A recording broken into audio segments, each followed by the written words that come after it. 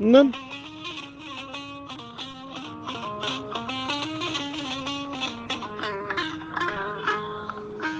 Bonsoir, Rendo Mantelazoli.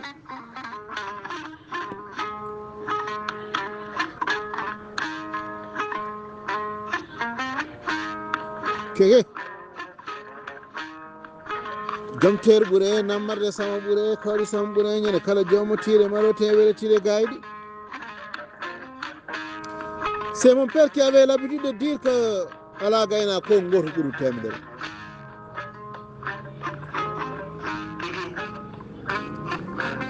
Ngoto buru temdere que c'est un cheval valeureux qui a plus de valeur que 100 chevaux.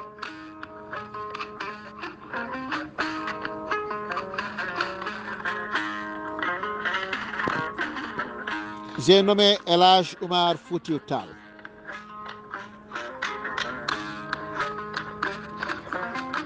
L'homme n'est rien sans les hommes. Il vient dans leurs mains et s'en va dans leurs mains. Min al-Mahdi ila al-Lahdi.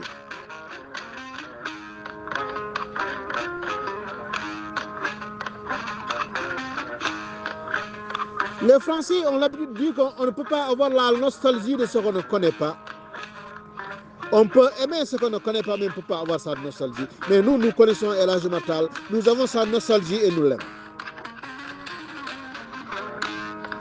Étant donné qu'il a un représentant digne de son nom, Thierno Nour Cheikh Oumar Mountaga Daha Cheikhna.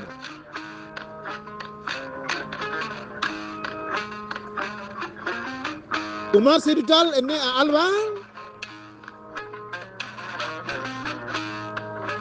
Jibina wiya Oumar, jangi wiya Thierno Oumar, tafsir wiya tafsir Oumar, felli manal jihadi wiya Sundani Moujahid. Lors de sa naissance, on le nomma Omar. Après ses études, on l'appela Thierno Oumar. Après ses études théologiques, il fut nommé Tafasir, l'exégèse. Et quand il combattit les païens et les incrédules, on le nomma Sundani Moujahid.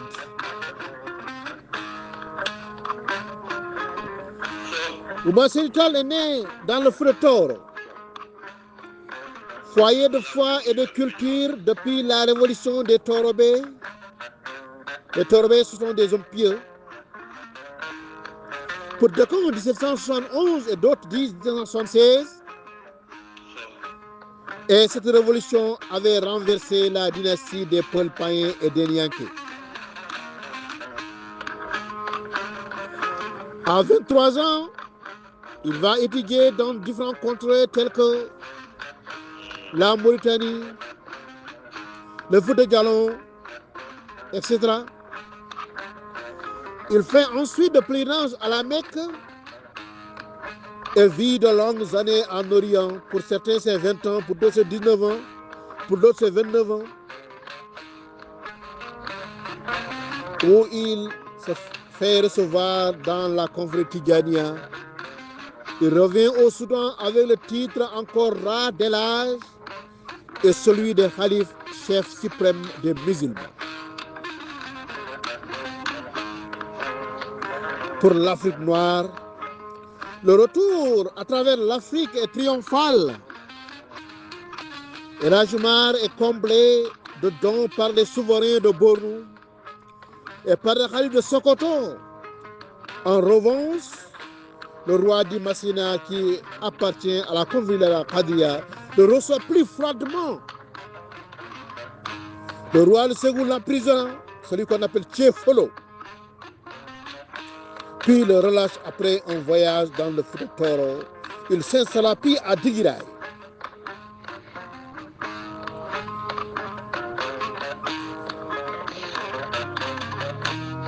Où il construit un tata-forteresse imprenable, où il fonda une zawiya, communauté religieuse et militaire. Les affluents, les talibés, venus de tous les coins du Soudan, attirés par le caractère révolutionnaire et démocratique de la Tidjania, au moment où, en Afrique, les sociétés et les royaumes traditionnels sont à la veille de s'effondrer devant la poussée de la colonisation européenne, les souvenirs précieux de Sékou Amadou au Massina, de Ousmane Danfodio à Sokoto et au Aoussa, nourrissant ses hérages humains, le rêve impérial d'un Soudan unifié.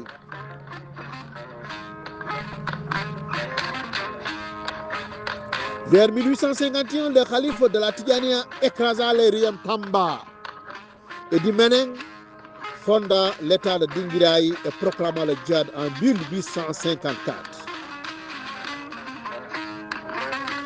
C'est la campagne du Bambouk, puis celle du Karta, 1855-1857, rendue pénible par la guérilla des Bambara et des Diawara. Le chef décida alors de refaire ses forces à l'ouest. L'incident de Marine retarda, mais ne gêna pas son entreprise. En 1859, c'est le début de la foudroyante campagne contre l'empire de Ségou. La plus scientifique et la mieux conduite de ces offensives, la guerre s'élargit au Massina en 1862. Même en 10 ans, El Hadj Omar est devenu le maître d'un empire qui s'étend de Dinguiraï au Sahara et du Sénégal à Tombouctou. Mais la volonté forte d'édifier un État puissant et unifié ne pouvait triompher complètement de toutes les traditions et toutes les résistances.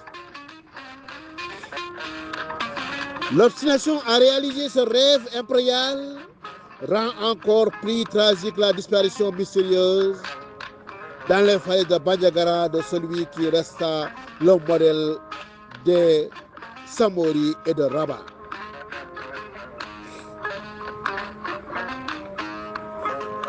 Tel est El Hadj Omar Tall. Mantoula Jolie, bonsoir.